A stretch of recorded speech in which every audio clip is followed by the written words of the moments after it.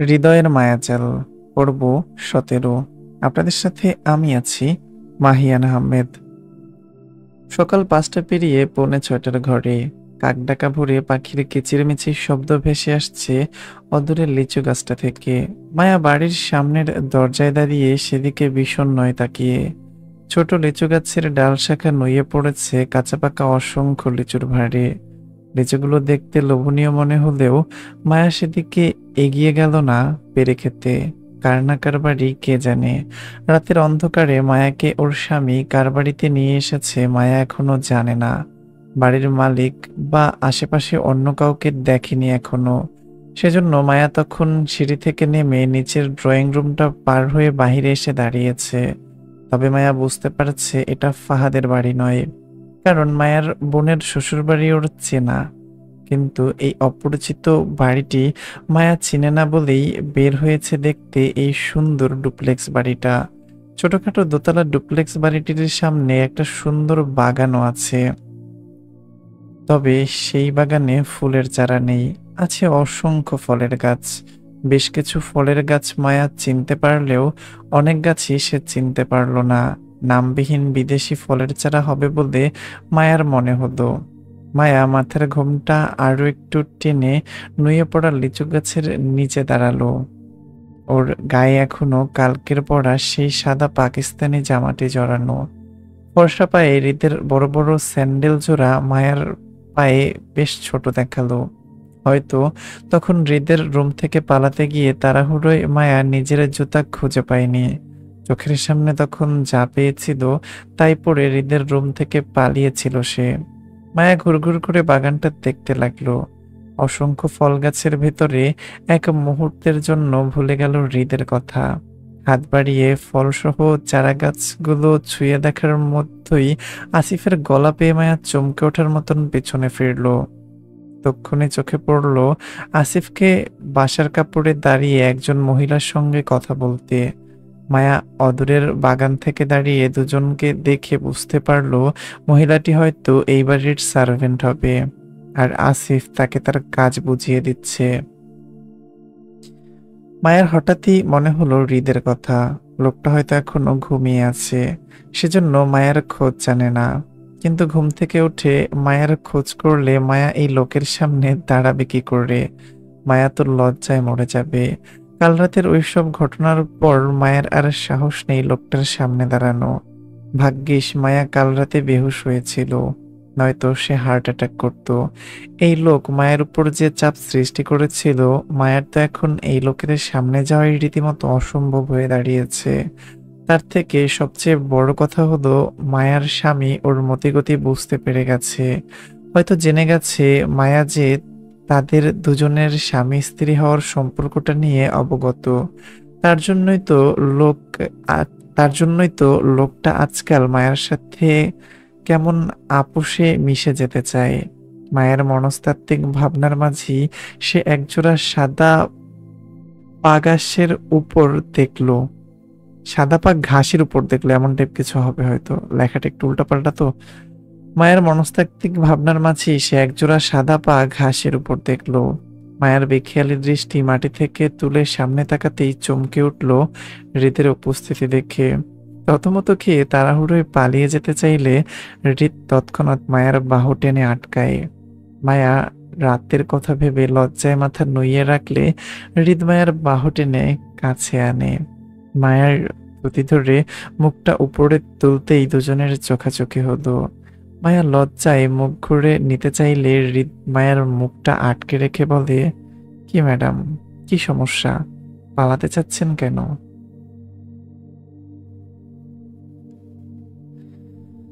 মায়া উত্তর করল না, বরং জোর করে মুখটা নামিয়ে নিল হৃদের হাত থেকে। এইভাবে মায়ার ভীষণ লজ্জা লাগছে। লজ্জায় সিটিয়ে মায়া হাঁসফাঁস করে দৃষ্টি লুকাতে চাইল এদিক সেদিক এদিক সেদিক তাকিয়ে। হৃদ মায়ের লজ্জা মিশ্রিত মুখটা দেখে দুষ্টু হেসে মায়ের নাক টানলে মায়া উফ শব্দ করে হৃদ মায়ের নাক ছেড়ে কপালে টোকা মারতে মারতে বলল, বারবার কাছে আসছেন, ধরা দিচ্ছেন, তর্ক করছেন না, কাহিনী কি? আমার প্রেমে টেমে পড়লেন নাকি ম্যাডাম? হৃদের দুষ্ট মুখভঙ্গিমা এই প্রথম দেখলো মায়া। লোকটা মজা করে মিটমিট হাসতে পারে সেটা জানা ছিল না মায়ার। মায়া বিষণ্ণ এই হৃদের মুখের দিকে তাকালো। হৃদের ঠোঁটের কোণায় অল্প হাসিটা দেখতে দেখতে মুহূর্তেই গায়েব হয়ে গেল। হৃদ মুখটা স্বাভাবিক করে নিতেই মায়া মুখ ভার করে বলল, প্রেমে পড়ার জন্য আপনার ফিয়ন্সে শশী আপু আছে না? আমি কেন প্রেমে পড়তে যাব? আমি প্রেমে পড়ব না। হৃদের স্বাভাবিক হয়ে যাওয়া মুখটা আবারও উজ্জ্বল হলো। ঠোঁট বাঁকিয়ে হেসে দ্বিতীয়বারের মতন মায়ার নাক টেনে বলল, জলে? মায়া গাল ফুলিয়ে হৃদের দিকে তাকালো। কষ্ট পেয়ে হৃদকে পেছনে ফেলে পিঠ মুড়ে দাঁড়াতে দাঁড়াতে বলল, না। হৃদ মায়ের অবুঝ কাণ্ড দেখে ঠোঁট কামড়িয়ে হাসলো। বউ তার জ্বলছে সেটা সে জানে। হৃদ জেনে শুনেই নিজের বউকে জ্বালাচ্ছে। মূলত তার কাছে ভালো লাগছে এটা করতে। হৃদ মায়ের বাহু টেনে নিজের দিকে ফেরালো। মায়ের গাল টেনে বলল, পোড়া পোড়া গন্ধ পাচ্ছি ম্যাডাম। কার কলিজা যেন পুড়ছে, তাই না? মায়া এক হাতে নাক ঘষতে ঘষতে হৃদের দুষ্টু দৃষ্টির দিকে তাকালো। হৃদ যে ইচ্ছে করে মায়াকে হেনস্থ করেছে সেটা বুঝে মায়া কথা ঘোরাতে চাইল। আশেপাশে দৃষ্টি ঘুরিয়ে মিহিস্বরে বলল, এই বাড়িটা কার? তোমার। হৃদের সোজাসাপটা উত্তরে বিস্মিত হলো মায়া। হৃদকে শুধিয়ে বলল, আমার? হুম। হৃদের উত্তরে মায়া মনে করলো হৃদ মায়ের সাথে মজা করেছে। মায়া পুনরায় একই ভঙ্গিতে বলল, প্লিজ বলুন না এই বাড়িটা কার? আর এই লিচু গাছটা এটা কার? হৃদ মায়ের আঙুলের অনুসারে ঝুলন্ত লিচু গাছটার দিকে তাকালো। সে উপর থেকে দেখছিল মায়াকে এই লিচু গাছের আশেপাশে ঘুরঘুর করতে। হৃদ মায়ের হাত ধরে লিচু গাছের সামনে দাঁড়ালো। ঝুলে থাকা লিচুর থেকে একটা লিচু নিয়ে সেটার খোসা ছাড়ালো। বীজ ছাড়িয়ে সাদা অংশটুকু মায়ের মুখে তুলে দিতে দিতে বলল, এই বাড়ি, এই ঘর আর এখানকার সবই তোমার। আমি তো ভাড়াটিয়া তোমার। আপনি ভাড়াটিয়া আমার? মায়া অবাক গলায় শুধালো হৃদকে। হৃদ একইভাবে দ্বিতীয় লিচুটা গাছ থেকে পেরে খোসা ছাড়িয়ে মায়ের মুখে তুলে দিতে দিতে সম্মতি দিয়ে বলল, হুম। মায়া মুহূর্তেই খুশি হয়ে গেল, কারণ সে হৃদের ইঙ্গিত বুঝতে পেরেছে। তাই হৃদ যে এই বাড়ির মালিক সেটা বুঝতে বাকি নেই মায়ার।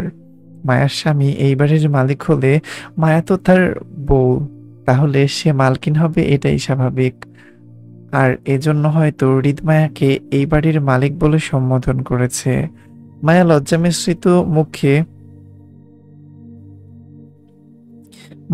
মিশ্রিত মুখে খুশি হয়ে গেল। হৃদ মায়ের মুখের দিকে তাকিয়ে আরো একটা লিচু মায়ের মুখে তুলে দিল। দুজনের কেউ কাউকে এই পর্যন্ত ভালোবাসি বলেনি, আর না কেউ কাউকে জানিয়েছে তারা একে অপরের স্বামী স্ত্রী হওয়ার সম্পর্কে অবগত। ভালোবাসা মুখে প্রকাশ করেনি কেউ, অথচ এই দুজনকে একত্রে দেখলে যে কেউ বলে দিতে পারবে তাদের দুজনের মধ্যে কতটা গভীর প্রেম চলছে। হৃদের নিশ্চুপ ভালোবাসা আর মায়ের অস্থির মনোভাব দুজনকে একে অপরে ডুবিয়ে রাখে সারাক্ষণ। মায়ার মুখে যখন হৃদ শেষ লিচুটা তুলে দেয় তখন মায়া মুখ ফিরিয়ে নেয় আর খাবে না বলে। হৃদ তারপরও মুখে শেষ লিচুটা দেওয়ার সময় হতভম্ব হয়ে গেট দিয়ে ঢুকতে দেখলো রাদিফকে। রাদিফকে দেখেই মায়া ভয় পেল। রাদিফ যদি মায়াকে এখন দেখে উল্টাপাল্টা কিছু মনে করে বড়দের সবাইকে সবটা জানিয়ে দেয় তাহলে বিপদে পড়বে ওরা দুজন। মায়া সেই ভয়ে হৃদকে না বলে হঠাৎ দৌড়ে পালিয়ে গেল বাড়ির ভেতরের দিকে।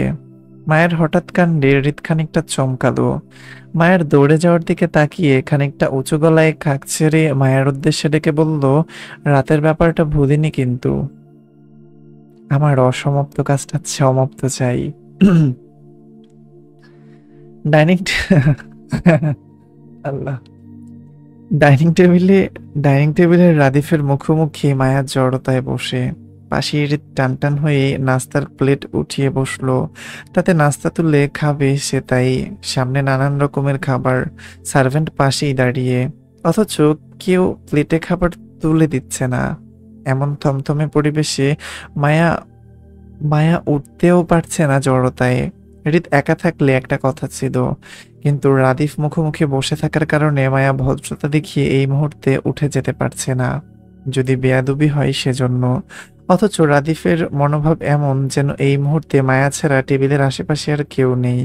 সেই তখন থেকে রাদিফ ড্যাব ড্যাব করে মায়াকে দেখেই যাচ্ছে। এত করে এতে করে মায়ার ভীষণ নার্ভাস হচ্ছে। এতে করে মায়া ভীষণ নার্ভাস হচ্ছে, অস্বস্তিতে আছড়ে পড়ছে। এইভাবে কেউ মুখের উপর এক দৃষ্টিতে তাকিয়ে থাকলে অস্বাভাবিক লাগে না বিষয়টা? হৃদমায়া আর রাদিফ দুজনের মনোভাব দেখলো। মায়া আর রাদিফ দুজনের মনোভাব দেখলো। রাদিফকে আপাতত কিছু বলে লাভ নেই। সে বড় ভাইয়ের বউকে গবেষণা করতে বসেছে এই মুহূর্তে। যতক্ষণ না পর্যন্ত রাদিফের গবেষণা শেষ হবে ততক্ষণ পর্যন্ত সে মায়ার দিকে এইভাবেই তাকিয়ে থাকবে। রাদিফকে উপেক্ষা করে, অপেক্ষা না, লেখাটা উপেক্ষা হবে কিন্তু লিখে ফেলছে অপেক্ষা। আই ডোন্ট নো কেন লিখছে সে এই ধরনের ওয়ার্ড ওয়ার্ড জানি না।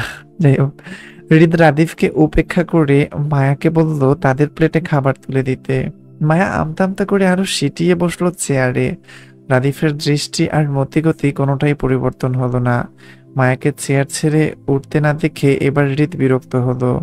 ধমক দিতেই মায়া হাঁসফাঁস করে উঠে দাঁড়ালো। অস্বস্তিতে পড়ে কি থত, যাই হোক থতমত হবে, থতমত খেয়ে হৃদের ঠিক করে রাখা প্লেটটা উল্টিয়ে দিল।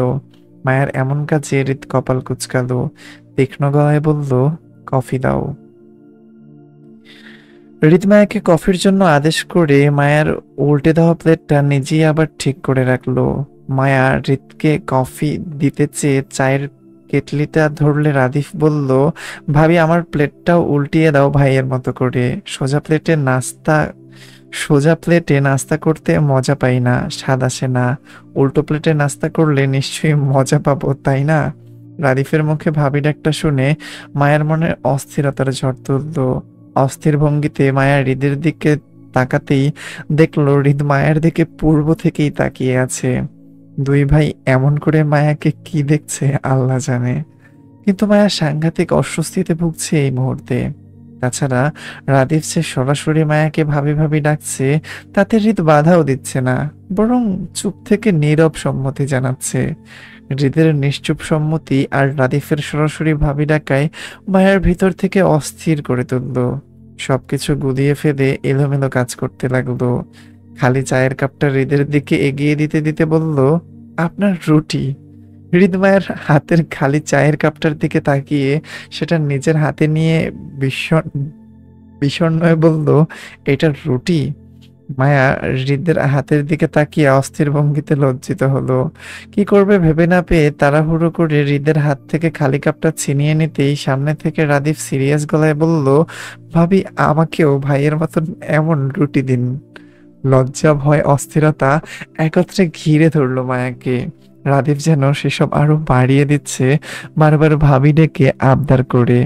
মায়ার অনিচ্ছাকৃত ভুলগুলো আরো বাড়িয়ে দিচ্ছে। রাদিফ পুনরায় রুটি চাইলে মায়া হাতের কাছে একটা আপেল রাদিফকে দিতে দিতে ভয়ে আমতা আমতা করে বলল, আপনার চা। রাদিফ মায়ের হাত থেকে আপেলটা নিয়ে গোল গোল চোখে সেটা কয়েক পলক দেখে টুপ করে সেটাতে কামড় বসাতে বসাতে বলল, আহা, ভাবির হাতের চা হলো অমৃত। চা তো নয়, যেন আপেলের স্বাদ পাচ্ছি। মায়া হৃদের দিকে একটা কলা এগিয়ে দিতে দিতে একই ভঙ্গিতে বলল, আপনার কফি। হৃদ মায়ের হাত থেকে কলাটা নেওয়ার আগেই রাদিফ সেটা ছো মেরে ছিনিয়ে নিতে নিতে বলল, ভাবি, ভাইয়ের তোমার কফি খাওয়ার মতো দাঁত নাই, আমার দাঁত আছে 34টা, এই যে দেখো। এজন্য আমি তোমার কলা ফ্লেভারের কফিটা খাই, কেমন? যাই হোক, এখন প্লট চেঞ্জ হচ্ছে, আমরা একটু অন্য কোথাও চলে যাচ্ছি, দেখতে থাকুন। সকাল 9:45, তপ্ত রোদে উজ্জ্বল ধরণী। এই সাত সকালে হৃদের কাজে থাকার কথা, অথচ সে কাজ ফেলে এই সাত সকালে ড্রাইভিং সিটে বসে। পাশেই রাদিফ চকচক মুখে বসে। মায়া দুই ভাইয়ের মাঝে পেছনের সিটে কাচুমাচু করে বসে। আপাতত সে হলো একজন আসামির ন্যায়। ওকে যেথায় নিয়ে যাচ্ছে মায়াও সেথায় সেথায় যাচ্ছে। এই সকালের এই সকালের নাস্তা টেবিলে কত কিছুই না হলো। মায়া লজ্জা আর অস্থিরতায় ভুলভাল কাজ পর্যন্ত করলো। অথচ অথচ এখন মায়ার অথচ এখন মায়ার ফাহাদদের বাসা মুক্তার জুয়ের সাথে থাকার কথা। কাল রাত থেকে মায়া ওই বাড়ি থেকে নিখোঁজ। নিশ্চয়ই সবাই টেনশন করছে মায়ার জন্য। কিন্তু হৃদ মায়াকে না ওই বাড়িতে নিয়ে যাচ্ছে আর না এই বাড়ি সম্পর্কে কিছু বলছে। মায়া টেনশনে নিজের বোনের শ্বশুর বাড়িতে যাবে বলে এই নিয়ে বেশ কয়েকবার আর্জি জানিয়েছিল হৃদকে, কিন্তু কাজের কাজ কিছুই হলো না।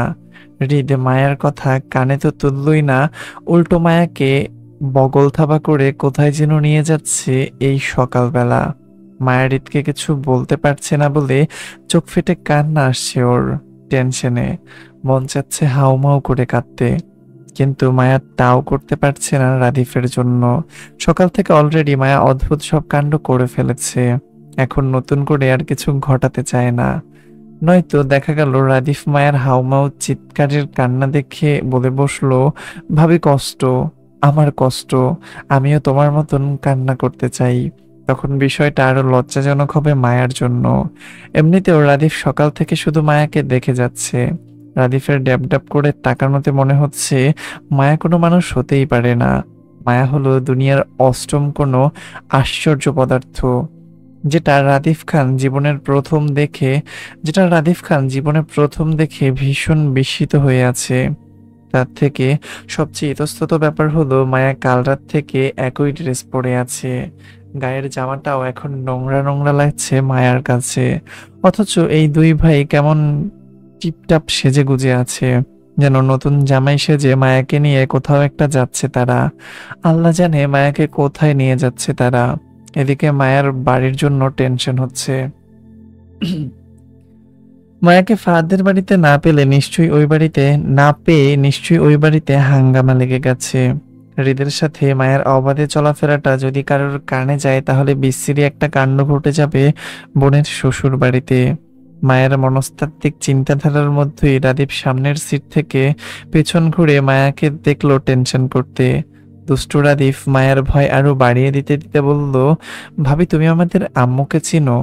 দেখেছো কখনো সরাসরি?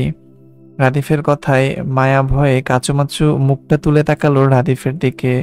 সঙ্গে সঙ্গে চোখাচোখি হলো দুজনের। মায়া ভয়ে মাথা নাড়িয়ে অসম্মতি জানালো রাদিফকে যে সে কখনোই সরাসরি দেখেনি। মায়ের কথায় বেশ সিরিয়াস হলো রাদিফ, যেন সে মায়ের এই উত্তরটা পাওয়ার আশাই ছিল। মায়া রাদিফের হঠাৎ পরিবর্তিত মনোভাব দেখেই বুঝলো যে রাদিফ মায়াকে এই মুহূর্তে বেশ সিরিয়াস কিছু বলতে চায়। হৃদ সামনের ড্রাইভিং সিট থেকে স্টিয়ারিং ঘোরাতে ঘোরাতে তীক্ষ্ণ দৃষ্টি তুলে এক পলক দেখে তাকালো মিররের দিকে। সেদিকে মায়ের ভয়ার্ত মুখটা দেখা গেল। রাদিফ তক্ষুনি সিরিয়াস গলায় বলল, ভাবি শোনো, আমাদের আম্মু কিন্তু অনেক রাগী মানুষ বুঝলে, হৃদ ভাইয়ের থেকেও রাগী। এতটা রাগী যে আমাদের আম্মু যখন রেগে মেগে আগুন হয়ে যায় তখন আম্মুর কপাল দিয়ে দুটো আগুন শিং বের হয়।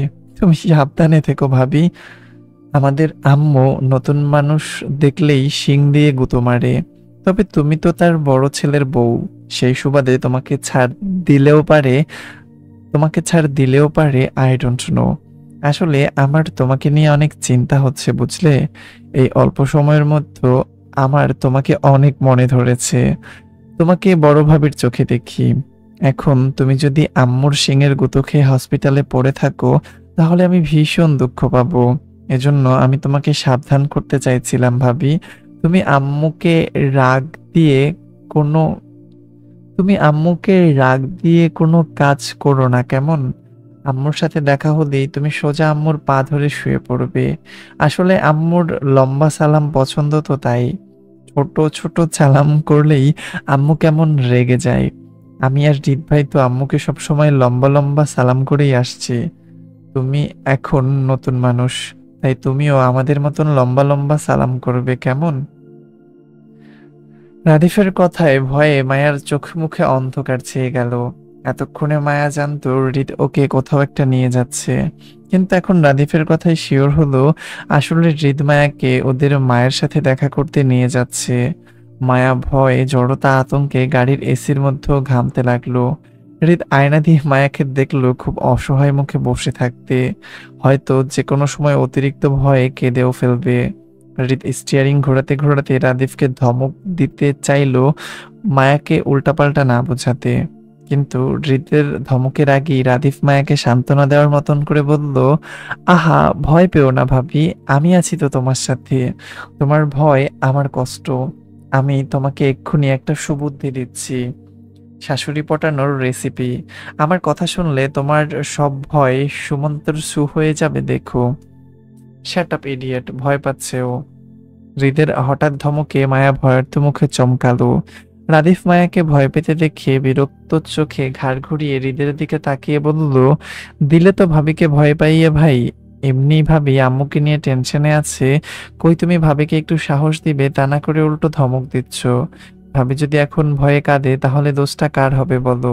তুমি জানো না আম্মু কাউকে কাঁদতে দেখলে রেগে যায়? ভাবি তো তোমার জন্য এখন আম্মুর শিঙের গুঁতো খাবে ভাই। রাদিফের কথায় হৃদে বিরক্তির চোখে তাকালো। মিরর দিয়ে মায়াকে আবারও এক পলক দেখে ড্রাইভিং এ মনোযোগী হলো।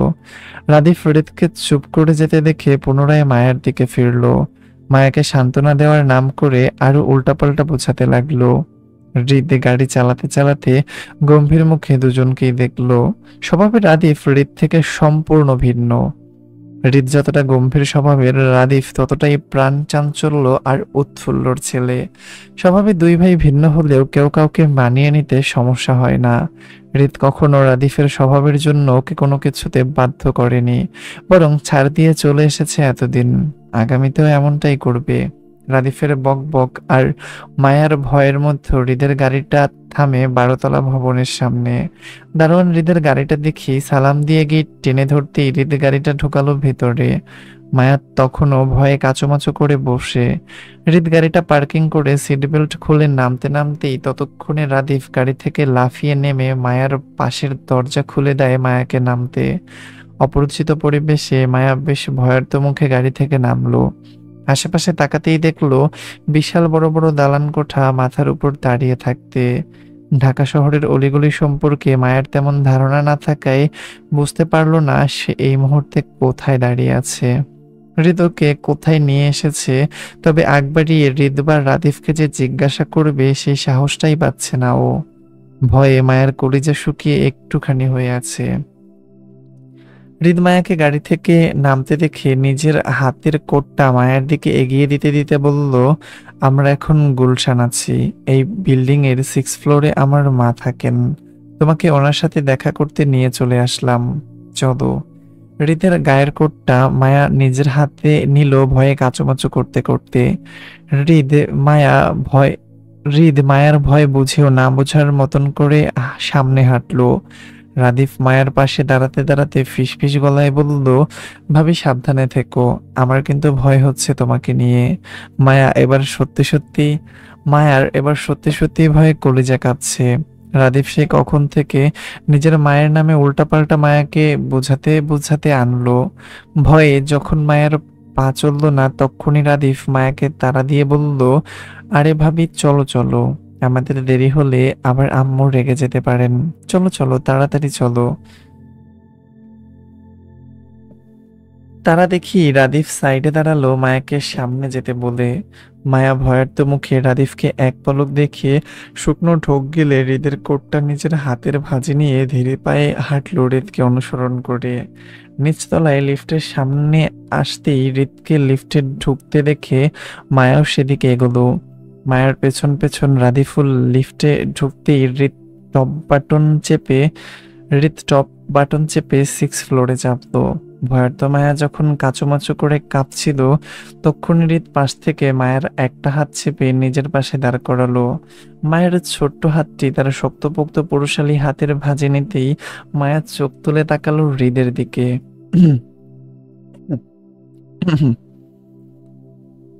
হৃদ যেন মায়াকে গম্ভীরে সাহস দিল ভয় না পেতে, কিন্তু মায়ের তাকানোতেও হৃদ তাকালো না মায়ের দিকে। বরং হৃদ অপর হাতটা পকেটে ঢুকিয়ে স্টাইলি দাঁড়িয়ে রইল লিফটে। সিক্স ফ্লোরে আসতেই মায়ের হাতটা সেভাবেই চেপে ধরে এগিয়ে গেল নির্দিষ্ট ফ্ল্যাটের দিকে। হৃদের কলিং বেল চাপার আগেই রাদিফ ফটাফট অধৈর্যের ন্যায় কলিং বেল চাপলো। মিনিটের মাথায় দরজা খুলে দাঁড়ালো 22-23 বছরের যুবতী কাজের মেয়ে তনি। কালো গঠনের মেয়েটা দেখতে ভারী চমৎকার। দরজা ধরে দাঁড়িয়ে হৃদ আর রাদিফের সঙ্গে মায়াকে দেখেই তৎক্ষণাৎ গলা ফাটিয়ে চিৎকার করে ছুটল ফ্ল্যাটের ভেতরের দিকে। ম্যাডাম গো, বড় ভাইজান ভাবিরে লইয়া আইছে, দেখা যান। তনির চিৎকারে রাদিফ মজা পেলেও হৃদ চরম বিরক্ত হলো। সেইভাবে মায়ার ভয়ার্ত মুখটার দিকে এক পলক তাকিয়ে ঢুকলো ভেতরে। রাদিফ হৃদ মায়ার আগেই দরজা ঠেলে ড্রয়িং রুমের সোফায় গা এলিয়ে চিৎ করে শুয়ে পড়ল ক্লান্তিতে। মায়া ভয়ে কাচুমাচু করে হৃদের পাশে দাঁড়িয়ে সুন্দর ফ্ল্যাটের বিলাসিতা দেখতে লাগলো আড়ে আড়ে। ফ্ল্যাটের চারপাশের পরিবেশটা বেশ সুন্দর, পরিপাটি, গোছানো টাইপ। যে কেউ দেখলে বলবে এখানে রুচিশীল মানুষের বসবাস আছে। তবে মায়া বুঝতে পারছে না হুট করেই কেন হৃদ মায়াকে ধরে বেঁধে নিজের মায়ের সাথে দেখা করতে নিয়ে আসলো। মায়া হৃদের স্বামী হওয়ার সত্যিটা জানতে পেরেছে আজ মাত্র 2 দিন হলো। এর মধ্যেই হৃদ নিজের পরিবারকে জানিয়ে দিল মায়ের সম্পর্কে। আচ্ছা, এই লোক কি মায়ের সবকিছু জানার অপেক্ষাতেই ছিল এতদিন? কখন মায়া নিজের স্বামীকে চিনতে পারবে, আর কখন সে নিজের পরিবারকে জানাবে মায়ের সম্পর্কে এমন কিছু? মায়ার তো এখন তাই মনে হচ্ছে। মায়া নিজের স্বামীকে চিনল না 2 দিন হলো, এর মাঝেই হৃদ নিজের অধিকার খাটাচ্ছে মায়ের উপর। এমনকি হৃদ দায়িত্ব নিয়ে প্রথমে নিজের মায়ের সাথে মায়াকে বউ হিসাবে পরিচয় পর্যন্ত করিয়ে দিচ্ছে। আচ্ছা, মায়া কি দুনিয়ার সবচেয়ে ভাগ্যবতী নারী না? অবশ্যই সে ভাগ্যবতী নারী। মায়ার না চাইতেই সবকিছু পেয়ে যাচ্ছে। লোকটা কখনো মায়াকে মুখে বলেনি সে মায়াকে পছন্দ করে বা ভালোবাসে, অথচ তার কাজকর্মে মনে হয় মানুষটার ভালোবাসা দুনিয়ার বলতে তবে মনে হয় মানুষটার ভালোবাসার দুনিয়া বলতে লেখাটা ঠিক এরকম হবে। অথচ তার কাজকর্মে মনে হয় মানুষটার ভালোবাসার দুনিয়া বলতে শুধু মায়া একাই আছে। মায়ার আজ নিজেকে সত্যিই ভাগ্যবতী মনে হচ্ছে। মায়ের মনস্তাত্ত্বিক ভাবনার মাঝে কারোর পায়ের শব্দ পেতেই মায়ের ধ্যান ভাঙে। চোখ তুলে উপরে তাকাতেই চোখে পড়ল চমৎকার সুন্দর এক নারীকে, যার রূপ লাবণ্য চোখে লাগার মতন সুন্দর। মায়া কিছুক্ষণের জন্য নিজের ভয় ভুলে ড্যাব ড্যাব করে তাকিয়ে রইল সেই মধ্যবয়স্ক সুন্দরী নারীর দিকে। সাদা ধবধবে গায়ে কালো মসলিন শাড়ি জড়িয়ে, চোখ দুটো হৃদের মতোই তীক্ষ্ণ আর গাঢ় বাদামি। সবচেয়ে ভয়ঙ্কর ব্যাপার হলো মহিলাটির হাইট আর ওয়েট দেখে মনে হলো ওর শাশুড়ির হাইট রাদিফের প্রায় সমান সমান হবে। কম হলেও লম্বায় মহিলাটি 5 ফিট 7 কি 8 হবে। তাছাড়া এই যুবতী মহিলাকে দেখলে প্রথম দেখায় কেউ বলতে পারবে না এই মহিলার দুটো দামড়া দামড়া ছেলে আছে। বাপরে, কি ভয়ঙ্কর ব্যাপার স্যাপার! মায়াকে হা হয়ে হৃদের মা মিসেস সুফিয়ার দিকে তাকিয়ে থাকতে দেখে এগিয়ে এলেন সুফিয়া বেগম।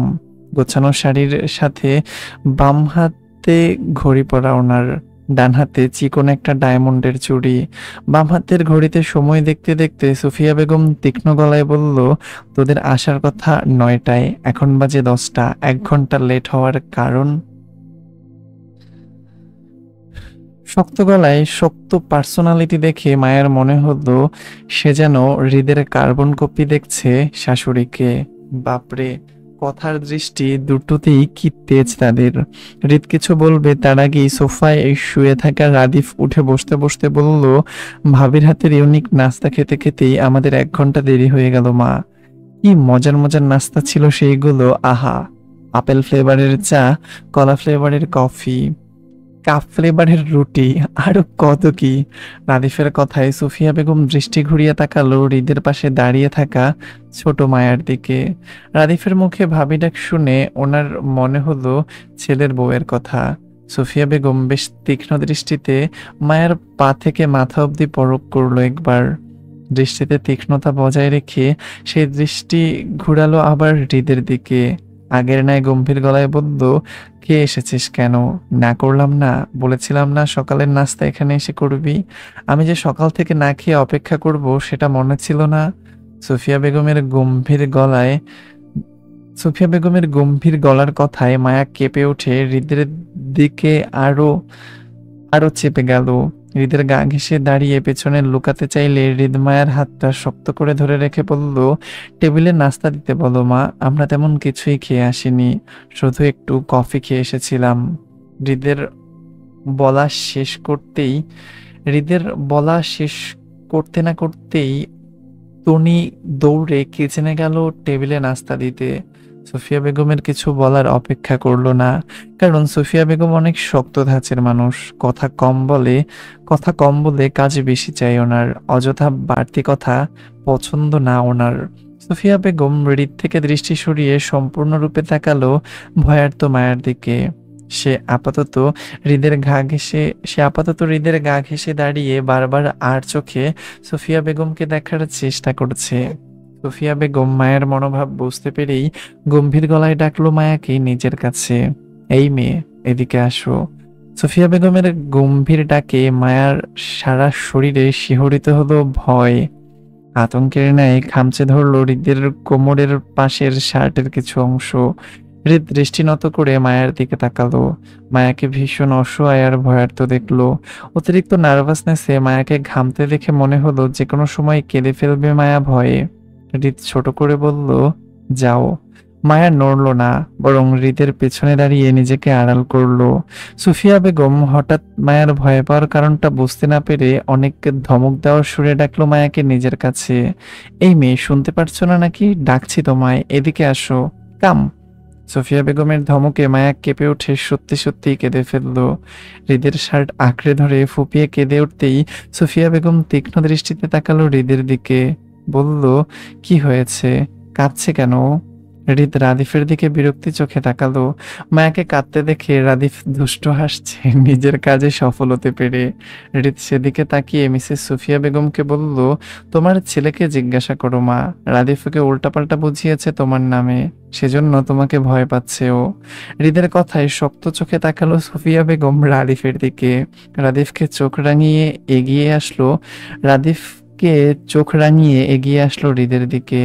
হৃদের পেছন থেকে মায়ের হাত টেনে নিয়ে বসালো সোফার উপর। টি টেবিলের উপর থেকে পানির গ্লাসটা নিয়ে মায়ের দিকে এগিয়ে দিতে দিতে বলল, পানিটা খাও, আমাকে ভয় পাওয়ার কিছু নেই, নাও।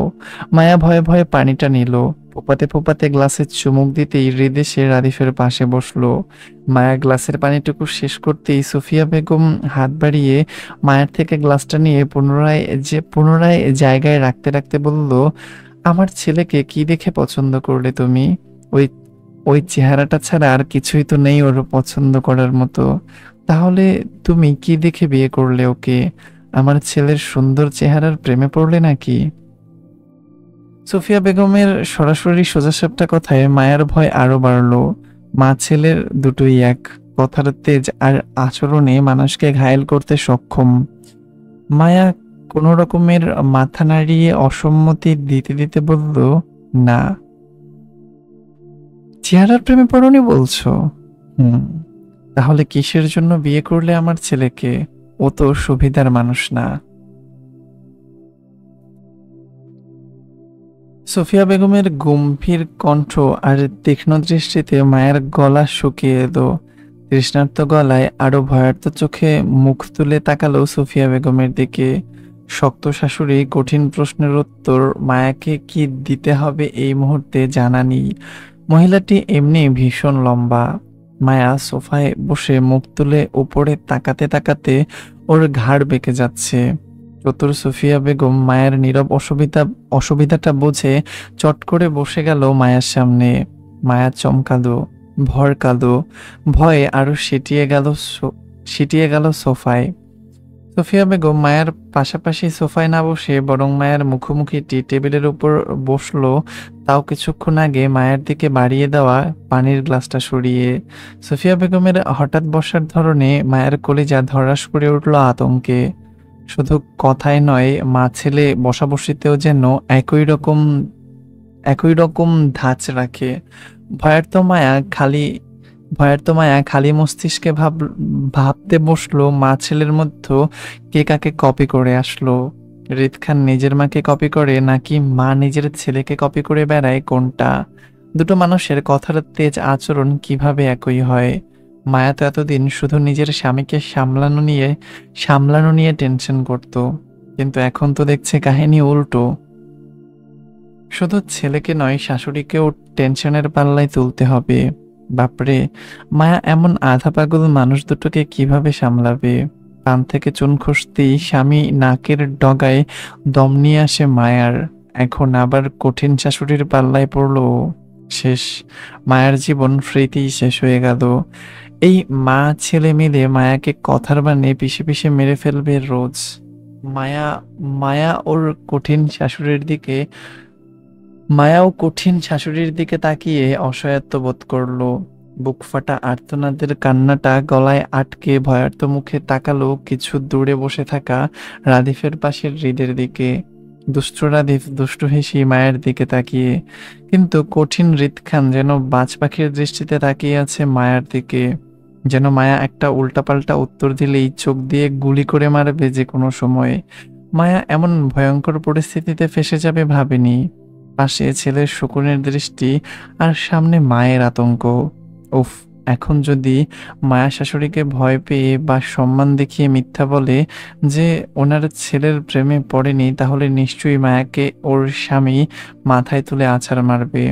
আবার যদি সত্যি বলে স্বামীর প্রেমে পড়েছে, তাহলে ওর শাশুড়ি যদি মনে করে মায়া ওনার ছেলেকে বড়লোক দেখে ফাঁসাতে চাইছে, তাহলে সেটা মায়ার আত্মসম্মানে প্রচুর লাগবে। মায়া তখন কি করবে? এই মুহূর্তে কি বলা উচিত ওর? মায়া যখন দ্বিধাহীনতায় ভুগল, তখনই মায়ের ধ্যান ভাঙে আবারও সোফিয়া বেগমের তীক্ষ্ণ গলায়। তিনি মায়ার উদ্দেশ্যে আবারও বলেন, কিছু জিজ্ঞেস করেছি আমি, উত্তর দাও। সুফিয়া বেগমের গম্ভীর কণ্ঠে মায়া ভয়ার্ত মুখে মিনমিন করে বলল, আমি কিছু জানি না, আমাদের এমনি এমনি বিয়ে হয়ে গেছে। মায়ের উত্তরটা পছন্দ হলো না সুফিয়া বেগমের। পেশায় উনি একজন অ্যাডভোকেট। দীর্ঘদিনের পেশাদারিতে উনি মানুষকে পাল্লায় তুলে পরখ করার অভিজ্ঞতা আছে।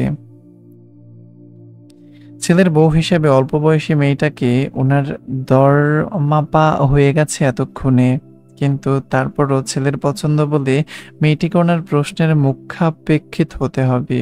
ওনার জানা দরকার মেয়েটি আসলে ওনার ছেলের জন্য কতটুকু পারফেক্ট। ওনার ছেলে এই মেয়ের জন্য পাগল, সেটা উনি এতদিন শুনে এসেছে, কিন্তু ওনার মতে এই মেয়েকেও অবশ্যই সমান পাগল হতে হবে ওনার ছেলের জন্য। নয়তো যে কোনো পরিস্থিতিতে ভয় পেয়ে এই মেয়ে পিছিয়ে যেতে পারে। অল্প বয়সী মেয়েরা এমনই হয়, পরিস্থিতি মোকাবেলা করতে না পারলে পিছিয়ে যাওয়ার সম্ভাবনা থাকে। এতে কষ্ট ওনার ছেলে পাবে। তীক্ষ্ণতায় সুফিয়া বেগম মায়ের কথার উত্তর সাপেক্ষে বলল, এমনি এমনি আবার বিয়ে হয় কিভাবে? আমার ছেলেকে কতটুকু চিনো তুমি? ওর ক্রিমিনাল মাইন্ডের প্রখরতার সম্পর্কে তোমার এক রত্তিও জানা নেই। এখন তুমি যদি আমাকে বলো আমার ছেলের সাথে তোমার বিয়েটা এমনি এমনি হয়ে গেছে, তাহলে সেটা আমি কিভাবে বিশ্বাস করব? ছেলে জন্ম দিয়েছি আমি, আমার জানা আছে আমার পেটের সন্তান কেমন। আমি যতটুকু জানি আমার ছেলের জীবনে কোনো কিছু এমনি হয় না। যেমন ধরো, গায়ের পোশাকটা যদি প্রপার সিলেক্ট করে সে পরে তাহলে জীবনসঙ্গীকে যেমন ধরো গায়ের পোশাকটা যদি প্রপার সিলেক্ট করে সে পরে, তাহলে জীবনসঙ্গীকে কি কোনো চিন্তা ভাবনা ছাড়া এমনি এমনি এন্ট্রি দিবে ওর জীবনে? শোনো মেয়ে, আমার ছেলের জীবনের কোনো কিছু এমনি হয় না। তুমিও যে ওর জীবনে অনাকাঙ্ক্ষিত কেউ নও সেটাও নিশ্চিত থাকো। তোমাকে ওর জীবনে জড়ানোর পিছনে নিশ্চয়ই আমার ছেলের সলিড কোনো কারণ পাবে, সেটা হয়তো তুমি জানো না, কিন্তু আমি আমার ছেলেকে চিনি। এখন তুমি তোমার কথা শোনাও। আমার যতটুকু মনে হচ্ছে আমার ছেলের সাথে তোমার বিয়েটা সম্পূর্ণ তোমার জন্য অনাকাঙ্ক্ষিত ছিল, আমার ছেলের জন্য নয়। এখন যদি তুমি চাও তাহলে আমার ছেলের সাথে সেপারেশন করতে পারো, আমি তোমাদের ডিভোর্সের ব্যবস্থা করে দিতে পারি। আই অ্যাম এ লয়ার, বুঝতে পারছো? আমি একজন উকিল মানুষ, আমার মাত্র 1 ঘন্টা লাগবে তোমাদের ডিভোর্সের বিষয়টা হ্যান্ডেল করতে। সো আমার ছেলেকে ভয় না পেয়ে নির্ভয়ে বলো কি চাই তোমার। আমি সাপোর্ট করব তোমাকে। কি সেপারেশন চাই তোমার? সুফিয়া বেগমের সোজাসাপটা কথায় মায়ার মাথা ঘুরিয়ে উঠল। মায়ের মুখ তৎক্ষণাৎ ঘুরে গেল হৃদের তীক্ষ্ণ দৃষ্টির দিকে। সঙ্গে সঙ্গে চোখাচোখি হলো দুজনের। হৃদ পূর্বের ন্যায় দৃষ্টি তীক্ষ্ণ করে মায়ের দিকে তাকিয়ে মনে হলো সেও যেন মায়ের মতন করে মায়ের উত্তরগুলো চায়। ডরে ভয়ে মায়া সিটিয়ে বসলো। তক্ষুনি আবারও শোনা গেল সোফিয়া বেগমের গম্ভীর কণ্ঠ, ওর দিকে না তাকিয়ে আমাকে দেখো, লুক অ্যাট মি। কি চাই তোমার, বলো। সোফিয়া বেগমের কথায় দুষ্টু রাদিফও হেসে তাল মিলিয়ে বলল, আরে ভাবি, ভাইকে ভয় পেও না, আমরা সবাই তোমার দলে, বুঝলে। তুমি নির্ভয়ে বলো তোমার কি চাই। আমার উকিল মা কিন্তু 1 ঘন্টার ভিতরে চট করে তোমাদের সেপারেশনের ব্যাপারটা রফা করে দিতে পারবে। তারপর আমি না হয় তোমাকে তোমার দুলাভাইয়ের বাসায় ড্রপ করে দিয়ে আসবো। হৃদ ভাই তোমাকে কিছু বলার সুযোগই পাবে না। তোমার তুমি বলো তোমার কি চাই। মায়া মায়ের কোলের উপরে হৃদের কোটটা দুহাতে দুমড়ে মুচড়ে কলিজা চেপে ধরার মতো করে সিটিয়ে বসলো। মায়ার মনে হলো সে কঠিন কোনো পরীক্ষা দিতে বসেছে এই মুহূর্তে। যে প্রশ্নপত্রের একটা উত্তরও জানা নেই মায়ার। ভয়ার্ত মায়া এসির মধ্যে কপালের ঘাম কার্নিশ বেয়ে পড়েছে। দুহাতের মুঠোয় হৃদের কোটটা মুচড়ে ধরে কম্পিত গলায় বলল, আমার কিচ্ছু চাই না। কি চাই না ঠিক করে বলো। আমার ছেলেকে চাই না বলছো? সুফিয়া বেগমের কথায় তাল হারিয়ে মায়া তাড়াহুড়ো করে বলল, না না, না মানে চাই না, না চাই। আমার এই বিয়েটা চাই। আপনার ছেলেকেও চাই, মা হিসেবে আপনাকেও চাই, ভাই হিসেবে রাদীপ ভাইকেও চাই, দাদা দাদি সবাইকে চাই আমার এক পরিবারের।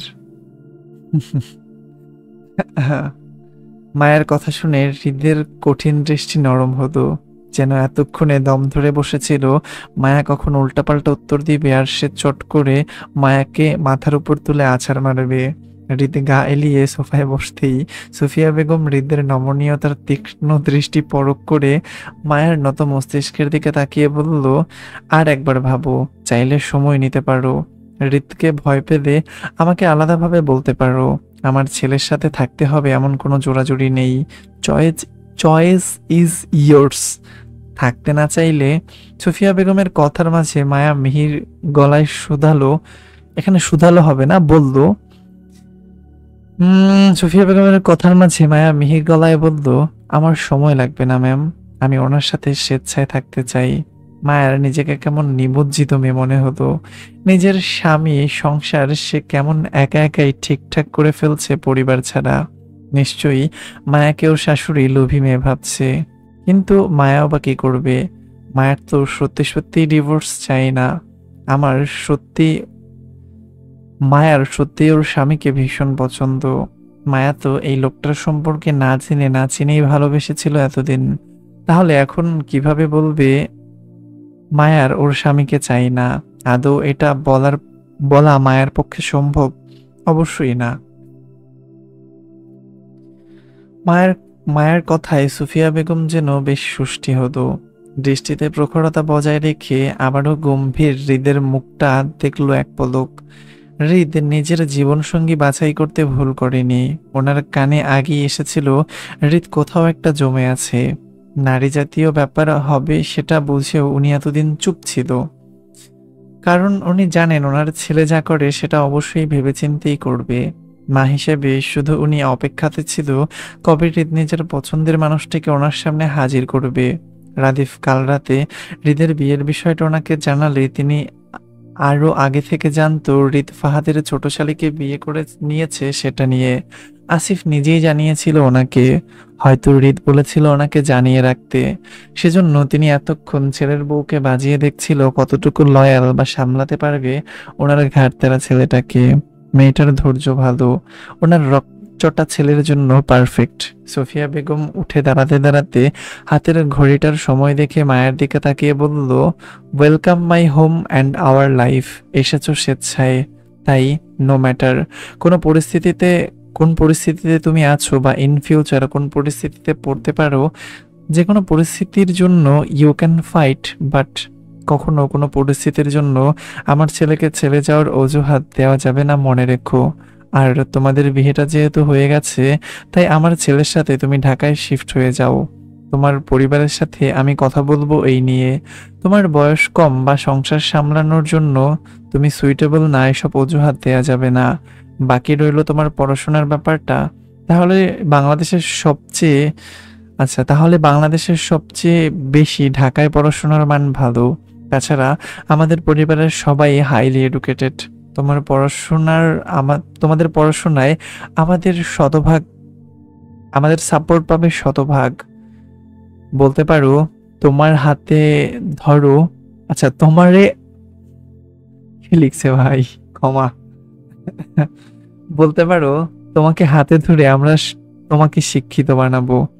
এখন বলো, আছে কোনো অসম্মতি? যাই হোক, আপনাদের উদ্দেশ্যে একটা কথা বলি। আমার আসলে লেখক হওয়া উচিত ছিল, বুঝছেন।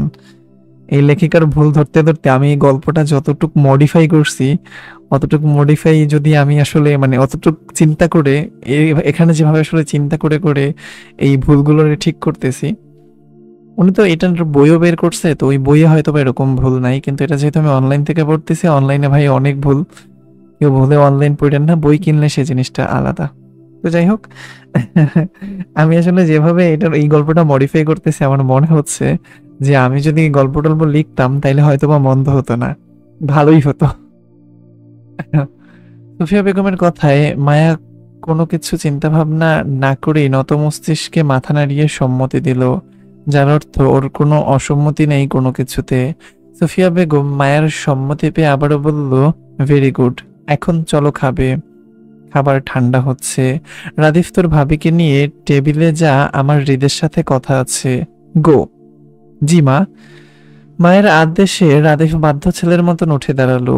শাশুড়ির আদেশ পেয়ে মায়াও জড়তার পায়ে উঠে দাঁড়ালো। রাদিফের পেছন পেছন ডাইনিং পর্যন্ত এগোতে এগোতে ভাবলো, সে ছাদ সে ছাতার মাথা খাবে এমন চাপ সৃষ্টিকারী পরিবেশে বসে। ক্ষুধায় মায়ার পেট চুচু করলেও শাশুড়ি নামক আতঙ্কে ওর পেট থেকে গলা পর্যন্ত শুকিয়ে কাঠ।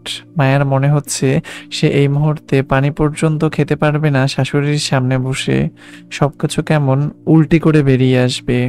মায়ের মনস্তাত্ত্বিক ভাবনার মাঝি ডাইনিং এর সামনে দাঁড়াতেই রাদিফ হেসে একটা চেয়ার টেনে দিল মায়াকে বসতে। মায়া অস্বস্তির দৃষ্টিতে রাদিফকে দেখে বসতে গেলে তৎক্ষণাৎ বাধা দিল রাদিফ। মায়ের হাত থেকে হৃদের কোটটা নিতে নিতে পুনরায় মায়াকে চেয়ারে বসতে আশ্বস্ত করলো।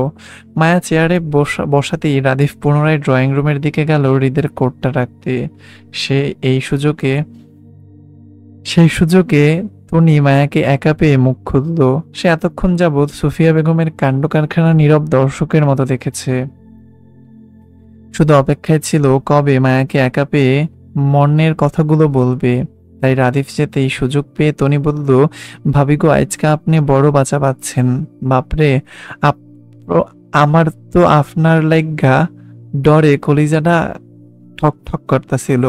মনে করছিলাম আপনি বড় ম্যাডামের প্রশ্নের ভুলভাল উত্তর দিবাইন, আর বড় ম্যাডামের হাতের বিশাল বিশাল ঝাড়ি খাইবাইন। উনি মনে হয় ময়মনসিংহের, কারণ এই ধরনের কথা হচ্ছে, এই যে দিবাইন খাইবাইন, এগুলো হচ্ছে ময়মনসিংহের ভাষা, অনেক সুন্দর। তো আমি আর কি জানি আগে থেকে, মনে হচ্ছে আর কি মেয়েটা হচ্ছে হয়তো বা ময়মনসিংহের। আজকা যদি আপনি বড় ম্যাডামের প্রশ্নের একটাও ভুলভাল উত্তর দিতেন বা কইতেন আপনি রিতসারের ডিভোর্স দিতে চাইন, তাহলে দেখতেন হকগলেতের সুন্দর সুন্দর চেহারার রহস্য। বড় ম্যাডাম মেলা চালাক মানুষ ভাবি। বড় ম্যাডাম আপনার কথার জালে ফাঁসাইয়া আপনার পেট থেকে কথা বাইর করতেছিল।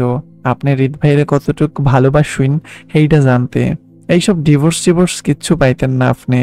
বড় ম্যাডাম কইছে আপনি হৃদ ভাইয়ের পছন্দের মানুষ। আপনি এই জীবনেও ছাড় পাইবেন না হৃদ ভাইয়ের থেকে লেখা লন। হৃদ ভাই যে রকচটার বদমেজাজি বেড়া মানুষ, সোজা মুখে তো কথা কয় না কেউ লগে। আপনি ছোট মানুষ হইয়া কেমনে ফাঁসলেন হৃদ ভাইয়ের লগে? হৃদ ভাই কি আপনারে ডর দেখাইয়া রাখে ভাবি? তনির কথায় মায়া অসম্মতি জানালো, যার অর্থ এমন কিছুই না। তনি মায়ের অসম্মতিতে সন্তুষ্ট হলো কিনা জানা নেই, তবে অনেকটা আফসোসের সুরেই বলল, ভাবি শুনেন, আপনার একটা কথা কই, আপনার শ্বশুরবাড়ির মানুষ সবাই রাজনীতির মানুষ, বুঝছেন? হেরারে আপনি টক্কর দিয়া কখনোই পার পাইবেন না। এর থেক্কা আপনার জন্য ভালো হইব আপনি যদি হৃদ ভাইয়ের কথা শুইন্না লক্ষ্মী বউয়ের মতন চলেন, কারণ সংসার আপনি কিন্তু হৃদ ভাইয়ের লগেই করবেন ভাবি। আপনার শ্বশুর শাশুড়ি দাদা দাদি সবাই আলাদা বাড়িতে থাহে, রাদীপ ভাই থাহে বিদেশে। হেতার কথা বাদ দিন, আপনার শ্বশুর শাশুড়ির মধ্যেও কঠিন ভেজাল আছে বুঝলেন ভাবি। জামাই বউ মনে হয় 15টা বছর ধরে এক লগে থাহে না, কেউ কারোর মুখটাও দেখাদেখি করে না। পারিবারিক অনুষ্ঠানেও দুজনের একজনেরও আপনি উপস্থিত পাইবেন না। দুজনের এত মন কষাকষি, তারপরও একজন অন্যজনের ডিভোর্স দেয় না। মূল কথা হইল আপনার শ্বশুর শাশুড়ির জন্য আপনার শ্বশুর বাড়ির সবাই বিচ্ছিন্ন আর আলাদা আলাদা বাড়িতে থাহে। আমি এইখানে কাম করি 9 বছর ধইরা, কিন্তু আজ পর্যন্ত জানতে পারলাম না কি নিয়া ঝামেলা বড় ম্যাডামের লগে ওনার জামাইয়ের লগে। এই বিষয়ে কেউ অনুমতি নাই কোনো প্রশ্ন করার। আপনি হৃদ ভাইয়ের বউ, হয়তো হৃদ ভাই আপনারে কিছু না কিছু কইতে পারে ভবিষ্যতে। তবে আমার কথা মানেন, জীবনে আর যাই করেন না কেন হৃদ ভাইরে কষ্ট দিয়েন না কিন্তু, তাইলে আপনি বা আপনার পরিবারের কেউ আস্থা থাকবো না ভাবি। হৃদ ভাই হইল বড় ম্যাডামের জান। হৃদ ভাইয়ের যদি কিছু হৃদ ভাই যদি কোনো কিছু লইয়া কষ্ট পায় তাইলে বড় ম্যাডাম এর শ্বশুর বাড়ির মানুষরে ছাড় দেয় না, আমি দেখছি। এজন্য আপনারে এত জেরা প্রশ্ন করতাছিল বাজাইয়া দেখার লাইগ্গা।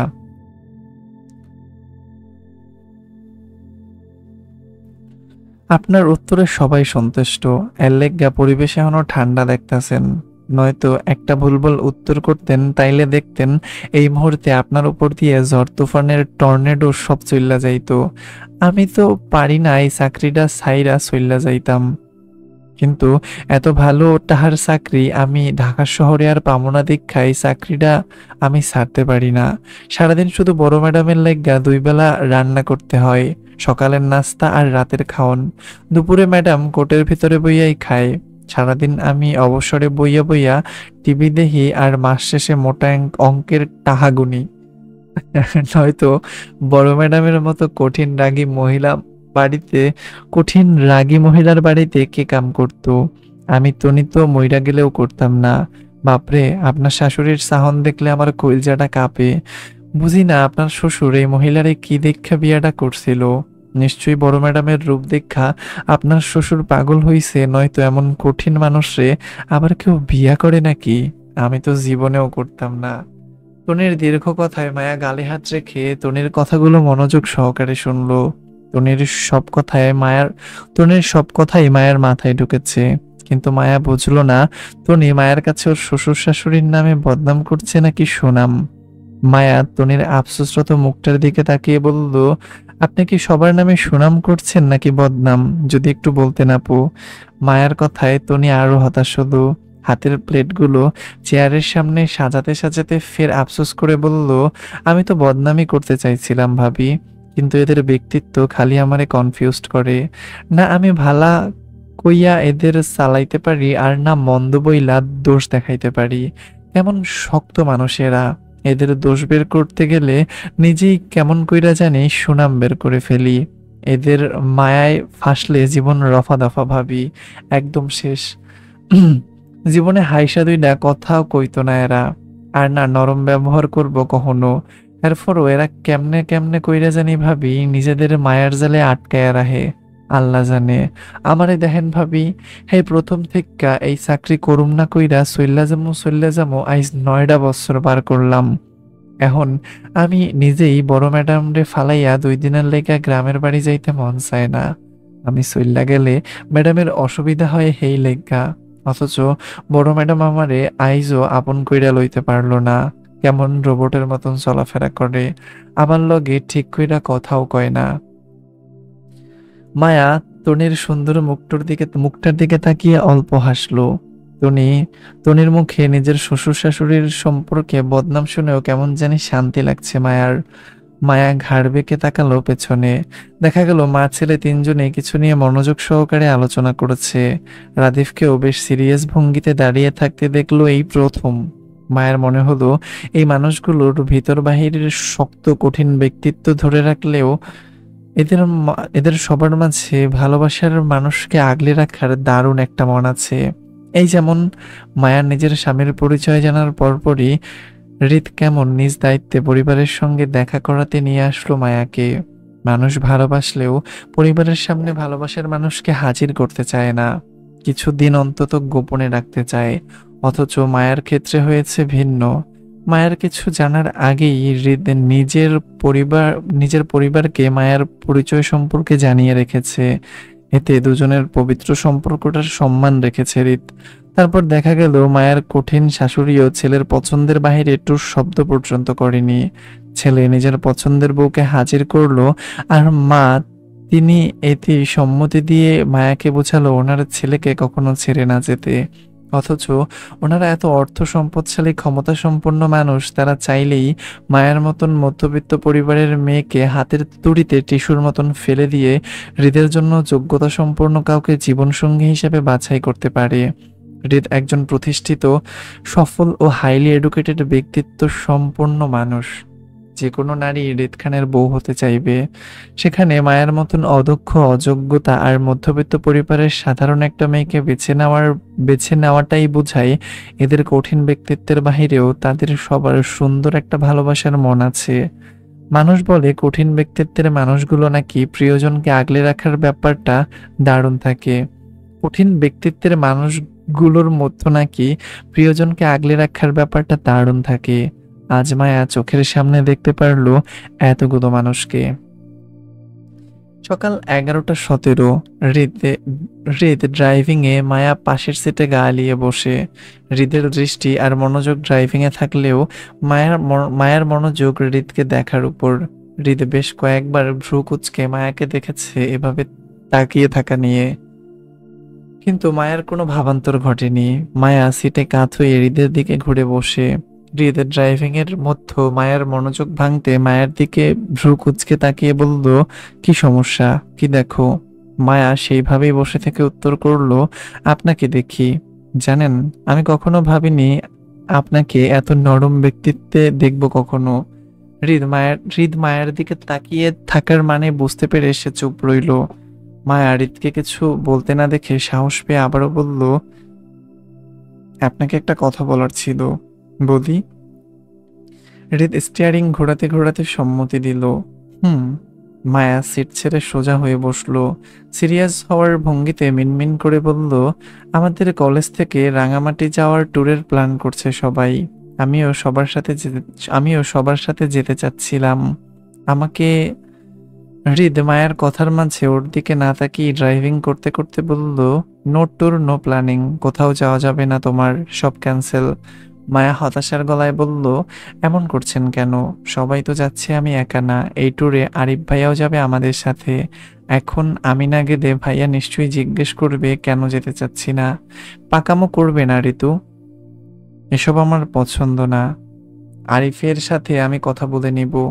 হৃদের মুখে আরিফের নামটা শুনতে আতঙ্কিত গলায় তাড়াহুড়ো করে বলে উঠল, আরে না না, আরিফ ভাইয়ের সাথে কথা বলতে হবে না আপনার। সামান্য একটা ট্যুরের জন্য আরিফ ভাইকে এখনই আমাদের সম্পর্কে বলার দরকার নেই। আমি কোথাও যাব না, প্রমিস। মায়া তাড়াহুড়োর ব্যাপারটাই হৃদের সন্দেহ হলো। মায়া যে নিজের পরিবারকে ওদের সম্পর্কে জানাতে চাচ্ছে না, সেটা ভালোই বুঝলো হৃদ। ড্রাইভিং করতে করতে মায়ের দিকে ভ্রু কুঁচকে তাকিয়ে বলল, তুমি কি কোনোভাবে এই সম্পর্কটা তোমার পরিবারের কাছ থেকে হাইড করতে চাচ্ছ ঋত লিখছে, হয়তো বা ঋতু হবে। হাইড করতে চাচ্ছ ঋতু? এখন ঋতু কেন আমি জানি না। ওর নাম আচ্ছা রীতি বলি, হ্যাঁ ঋত, হ্যাঁ রিক্তা না তো ঋত। ও হচ্ছে হৃদ আর এ হচ্ছে ঋত।